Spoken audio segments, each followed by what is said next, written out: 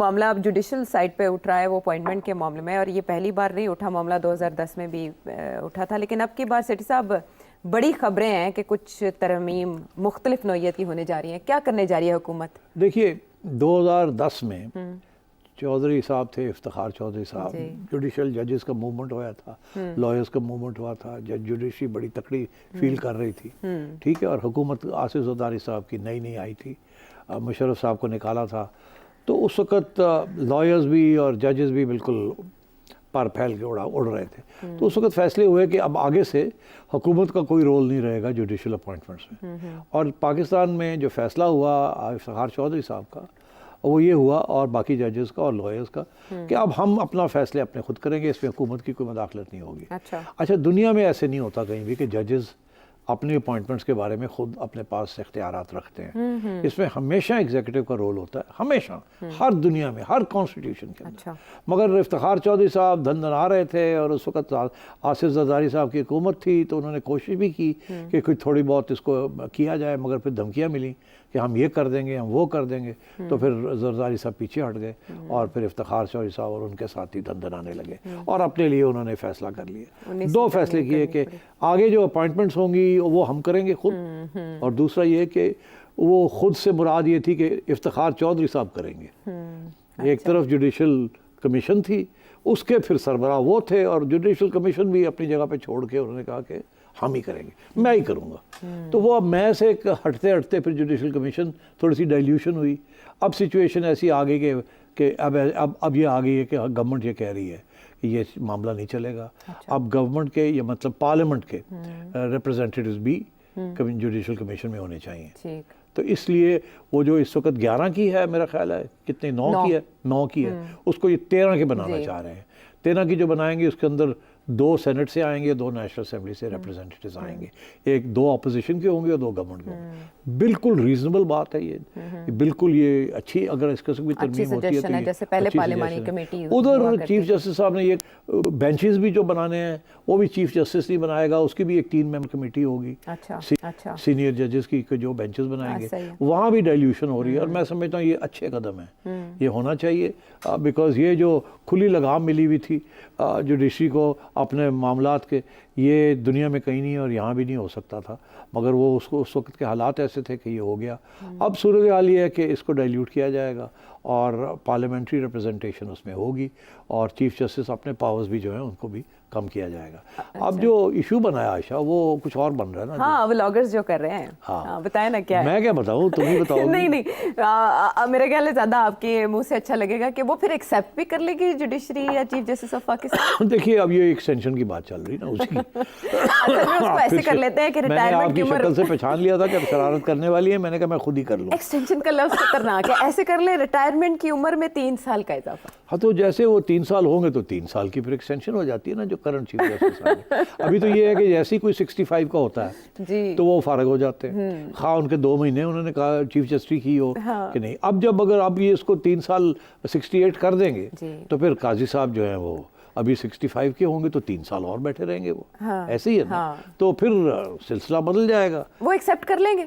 अच्छा, अब ये तो मैं अब कौन होता हूँ ये कहने वाला कि वो एक्सेप्ट करेंगे कि नहीं, करना चाहिए या नहीं। देखिए, अगर कानून उनको इजाज़त देता तो वो कौन होते हैं ना, वो एक्सेप्टेबिलिटी की तो बात ही नहीं है। अगर कानून कहता है कि आप चीफ जस्टिस रहेंगे टिल 68, तो वो क्यों, वो फिर रिज़ाइन करे, ये आप कह रही हैं।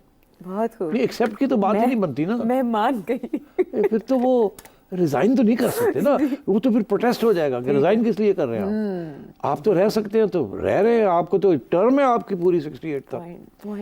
तो वजन है सिर्फ सा वजन है, बहुत वजन तले में दब गई और मुझे जवाब भी मिल गया। अच्छा, एक और मामला ज़रा जल्दी से निपटा दें, वो है मखसूस नशिस्तों का मामला, क्योंकि जब बात जुडिशरी की हो रही है तो जुडिशल लैंड पे बहुत से अहम फैसले भी होने जा रहे हैं। मखसूस नशिस्तों के मामले को लेकर पाकिस्तान तहरीक इंसाफ सुन्नी इत्तेहाद काउंसिल बहुत कंसर्न्ड है, और जो बेंच बना है उसकी कंपोजिशन भी खासी दिलचस्प है। मुझे बताएं, ये मामला रिवर्स हो सकता है? ये बड़ी इंटरेस्टिंग, बहुत क्रिटिकल केस है ये। इसके 2-3 पॉइंट्स हैं, मैं मोटी बात करता हूँ। जी। इलेक्शन कमीशन ने 3 दफ़ा पीटीआई को कहा कि आपके इलेक्शन रिजल्ट्स एक्सेप्टेबल नहीं है। पहले पुराने ज़माने में कहा था, फिर हाल ही में 2 इलेक्शन करवाए उन्होंने, एक तो अभी करवाया। वो कहते हैं ये भी ठीक नहीं है, जिसकी वजह से ये सारा इशू बना है नशिस्तों का। तो अब ये पहले हाई कोर्ट में था, पेशावर हाई कोर्ट ने यूनानिमस वर्डिक्ट 5 जजेस की थी कि इलेक्शन कमीशन सही कहता है, आपको नहीं मिलनी चाहिए, कि आपकी पार्टी जो है वो पार्टी नहीं है, आपने फुलफिल नहीं की कंडीशंस। तो ये इलेक्शन कमीशन का जो फैसला है उसको भी पीटीआई ने चैलेंज कर दिया है सुप्रीम कोर्ट में, और पेशावर हाई कोर्ट का भी फैसला सुप्रीम कोर्ट में चैलेंज हो गया। सुप्रीम कोर्ट में क्या हुआ है, तवक्को तो ये थी कि इतना अहम केस है ये, इसके साथ बड़ी तब्दीली आ सकती है, बिल्कुल हर जगह सारा सियासी सिस्टम ढांचा हिल सकता है। तो उसमें तवक्को ये थी कि चीफ जस्टिस साहब और 2 सीनियर जजेस के 3 मेंबर बेंच बनेगा, मगर आखिरी वक्त पे चीफ जस्टिस साहब ने अपने आप को निकाल लिया है और 3 और जजेस नॉमिनेट कर दिए, अपनी जगह पे एक और सीनियर जज कर दिए। अच्छा, अब ये बड़ी इंटरेस्टिंग बात है, बिकॉज जो भी फैसला यहाँ आएगा या हुकूमत के हक में होगा और इलेक्शन कमीशन के हक में होगा या पीटीआई के हक में होगा। हाँ। ठीक है ना। अब इसमें जो अपने आप को रिमूव कर लिया ना, तो इसका ये मतलब है कि जिस किस्म का भी फैसला आता है कंट्रोवर्शियल होगा। ठीक है। अगर तो गवर्नमेंट के हक में आया तो पीटीआई कर देगी जो करना है, उन्होंने जो करते हैं आमतौर पे, और अगर पीटीआई के हक में आया तो गवर्नमेंट उड़ जाएगी और गड़बड़, मतलब है ये जो सारा सिलसिले बना रहे हैं अमेंडमेंट करने का, ये करने का, 2/3 मेजोरिटी की बातें कर रहे हैं, वो तो 2/3 मेजोरिटी नहीं मिलेगी ना इनको, अगर नशिस्तें चलेगी पीटीआई को, तो ये फिर जुडिशल रिफॉर्म्स भी नहीं होंगी। तो बहुत से इसमें इश्यूज अब इन्वॉल्व है। काजी साहब को चाहिए था इसमें बैठते, वो अलग हो गए, अपील में बैठ जाएंगे। अच्छा, वो तो अपील तो बाद की बात है, बिकॉज अपील आमतौर पे जो फैसला आता है वही होती है, अपील में उसको चेंज नहीं किया जाता, वही जज बैठते हैं, वही अगर कोई नया इश्यू हो तो उसको देखते हैं, अदरवाइज कुछ नहीं होता। तो अपील शील को भूल जाएं आप, ये एक जजमेंट आनी है सुप्रीम कोर्ट की, हाँ। जिसके साथ या तो यहाँ जलजला आएगा, हाँ। ठीक है, वो कि ये सारा जो इंतज़ामिया हिल जाएगा, या ये होगा कि पीटीआई फिर रोए पीटेगी, मगर उनके रोने पीटेगी तो होना कुछ। तो अब ये है कि ये फैसला बड़ा अहम है, अगर ये फैसला हुकूमत के हक में आता है तो पीटीआई उड़ जाएगी और गवर्नमेंट अपनी 2/3 कॉन्स्टिट्यूशनल अमेंडमेंट कर सकेगी। अगर ये पीटीआई के हक में आता है तो ये सारे जो डेवलपमेंट्स हो रही हैं ये रह जाएंगी, कॉम्प्लिकेशंस ही हो जाएंगी कि ऑलरेडी इलेक्शंस हो चुके हैं सेनेट के अंदर, और फिर उनको भी रिवर्स करना पड़ेगा, बिकॉज उसमें शमूलियत नहीं थी रिजर्व सीट्स पीटीआई के हक में, जी जी, तो बहुत कॉम्प्लिकेशंस हो जाएंगे। मगर मेरी दिलचस्प बात यह है कि ये जो भी फैसला ये कंट्रोवर्शियल होगा। काजी साहब ने अपने आप को रिमूव कर लिया उस कंट्रोवर्सी से। अब ये क्यों किया? अब ये काजी साहब से आप पूछिए, मुझे क्यों पूछते हैं? क्योंकि देखिए काजी साहब ने एक फैसला किया जो बड़ा कंट्रोवर्शियल है। कौन सा? इंतखाबी निशान वाला। जी बिल्कुल, बहुत कंट्रोवर्शियल था, ऐसे ही है ना। तो और उससे शर्मिंदगी भी हुई है जुडिशरी को। अच्छा, हाँ हुई है, बिकॉज दे ऑल थिंक कि ये फैसला जो था थोड़ा सा, तो अब अगर एक और फैसला ऐसा काजी साहब कर देते हैं तो काजी साहब ने जो अपनी रेपुटेशन बनाई हुई है उसको धक्का तो लगेगा।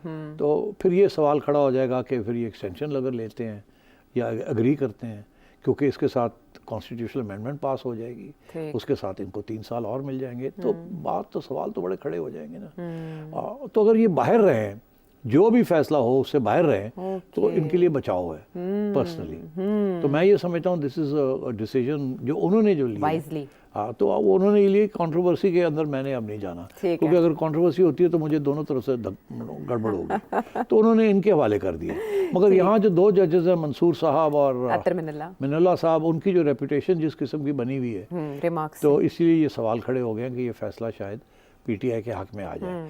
मगर मैं समझता हूँ कि इतनी भी आसान बात नहीं है, बिकॉज इसके लिए इसमें टेक्निकल पॉइंट्स हैं वो पीटीआई के खिलाफ हैं, और जो सियासी इशू है वो यही है कि इतना कुछ हो चुका है, अब उसको वापस कैसे किया जाए।